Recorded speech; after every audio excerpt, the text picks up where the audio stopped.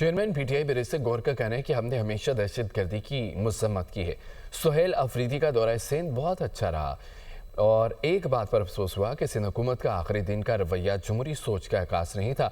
उन्हें अपना भरम बरकरार रखना चाहिए था, अपनी टोपी और अजरक का एहतराम रखना चाहिए था। पाकिस्तान में किसी ने सियासत करनी है तो आवाम की आवाज़ सुननी होगी।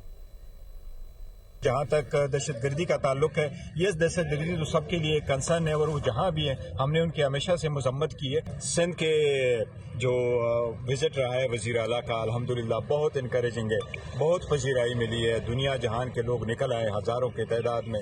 लेकिन एक बात पर ज़रूर अफसोस हुआ है, सिंध हुकूमत का आखिरी दिन का रवैया जमहूरी सोच का आकाश नहीं था। उन्होंने अपना भरम निभाना था और अपने अजरक और टोपी का ख्याल रखना था। और उनको देखो, एक चीज़, हर पॉलिटिकल पार्टी को अगर वो पाकिस्तान में सियासत करना चाहते हैं और वो चाहते हैं कि जमहूरी सोच हो और ईवान की बालादस्ती हो, रूल अपनाओ, तो सबको एक बात माननी पड़ी कि हक़ हुक्मरानी आवाम के पास है।